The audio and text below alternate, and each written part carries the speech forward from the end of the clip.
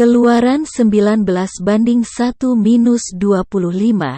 ILT 3, pada bulan ketiga setelah Bani Israel keluar dari tanah Mesir, pada hari itu juga mereka tiba di padang gurun Sinai.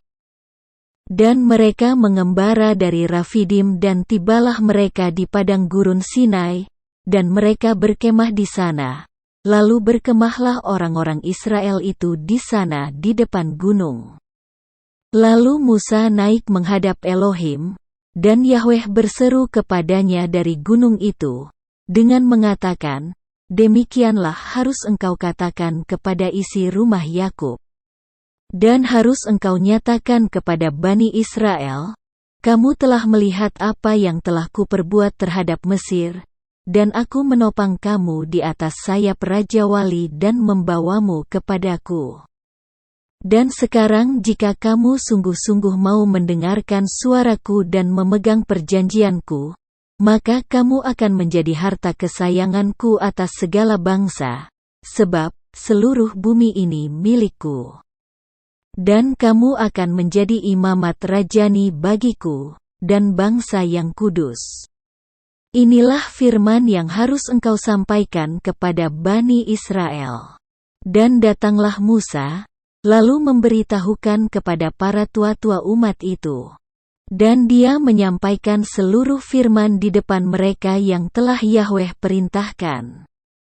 Dan seluruh umat itu menjawab bersama-sama dan mengatakan, "Semua yang telah Yahweh nyatakan, kami akan melakukannya." Dan Musa pun menyampaikan jawaban umat itu kepada Yahweh. Lalu berfirmanlah Yahweh kepada Musa, "Lihatlah, aku akan datang kepadamu di dalam kegelapan awan sehingga umat itu dapat mendengar saat aku berbicara denganmu dan kepadamu mereka dapat percaya selamanya." Dan Musa menyampaikan perkara umat itu kepada Yahweh.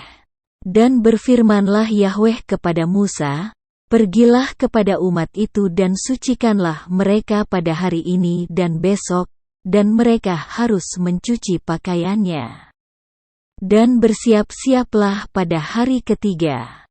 Karena pada hari ketiga Yahweh akan turun di depan mata seluruh umat itu di Gunung Sinai. Dan engkau harus menetapkan batas bagi bangsa itu di sekelilingnya dengan mengatakan, waspadalah kamu ketika mendaki gunung ini dan menyentuh perbatasannya. Setiap orang yang menyentuh gunung ini, pastilah dia dihukum mati. Dan tangan siapapun tidak boleh menyentuhnya, sebab pastilah dia akan mati dilempari batu, atau dipanahi. Apakah binatang atau orang, dia tidak akan dibiarkan hidup. Pada saat sangkakala berbunyi, mereka boleh mendaki gunung itu. Dan turunlah Musa dari gunung kepada umat itu, dan menguduskan umat itu, dan mereka mencuci pakaian mereka.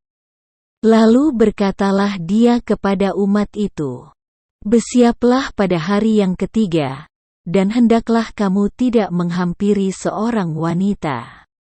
Dan setelah 3 hari, ketika masih pagi, maka terjadilah guruh dan kilat, dan awan tebal di atas gunung itu.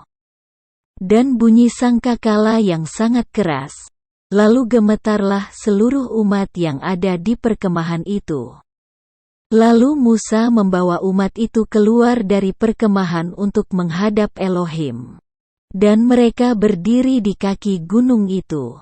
Dan gunung Sinai itu berasap pada seluruh permukaannya karena Yahweh turun ke atasnya dalam api, dan asapnya membubung seperti asap dari dapur api. Dan gunung itu bergetar hebat. Dan terjadilah bunyi sangkakala itu yang berlanjut dan keras. Berbicaralah Musa dan Elohim pun menjawabnya melalui guruh. Dan turunlah Yahweh ke atas gunung Sinai, ke atas puncak gunung itu. Dan Yahweh memanggil Musa naik ke puncak gunung itu, lalu Musa pun naiklah. Dan berfirmanlah Yahweh kepada Musa, "Turunlah. Peringatkanlah kepada umat itu agar jangan mereka menerobos ke dekat Yahweh untuk melihat-lihat, sehingga banyak dari antara mereka akan binasa.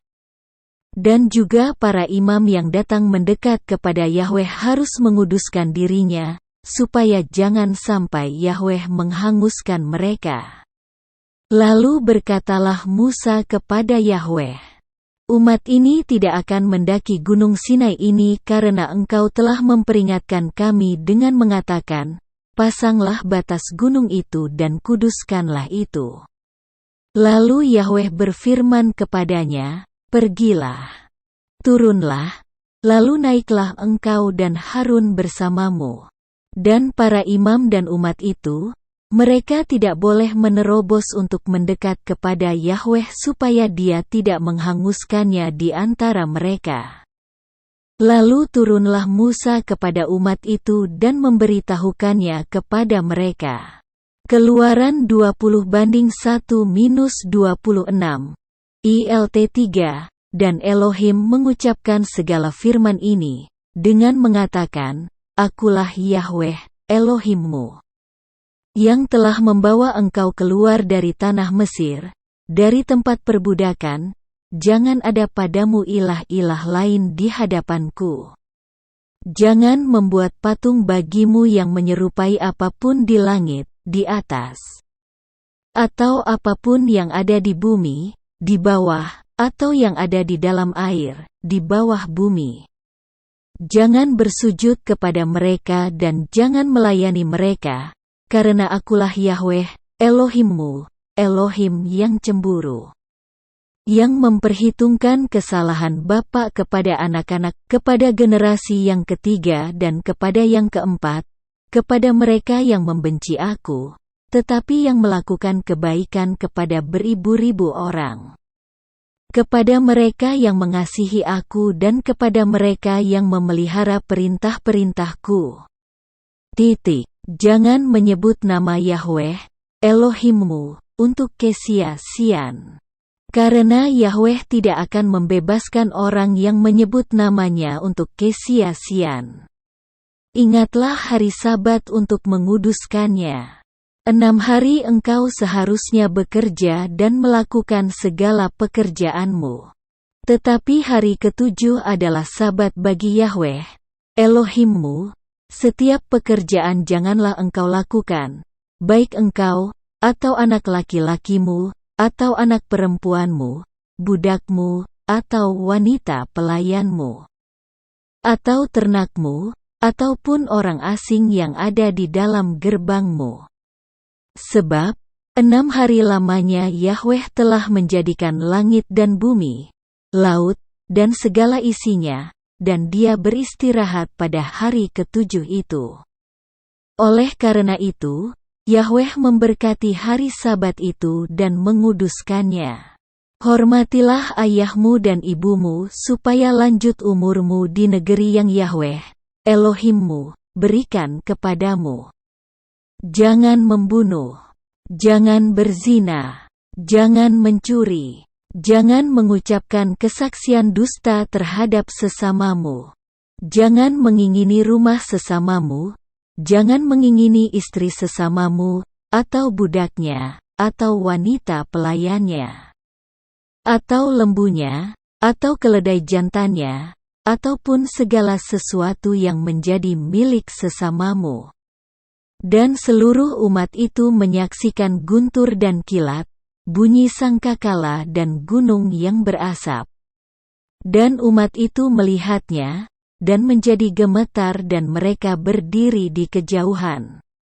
Dan mereka berkata kepada Musa, "Berbicaralah engkau kepada kami, maka kami akan mendengarkan. Tetapi janganlah Elohim berbicara kepada kami, supaya kami tidak mati." Lalu berbicaralah Musa kepada umat itu, "Janganlah takut. Sebab Elohim telah datang dengan maksud untuk membuktikan kamu dan dengan maksud agar rasa takut akan Dia ada padamu, supaya kamu tidak berdosa." Dan umat itu berdiri dari kejauhan. Tetapi Musa menghampiri awan yang tebal, tempat di mana Elohim berada. Dan berfirmanlah Yahweh kepada Musa, sekarang berkatalah engkau kepada Bani Israel, kamu sendiri telah menyaksikan bahwa aku telah berbicara kepadamu dari langit. Kamu jangan membuat ilah-ilah dari perak dan ilah-ilah dari emas di sampingku, janganlah kamu membuatnya bagimu.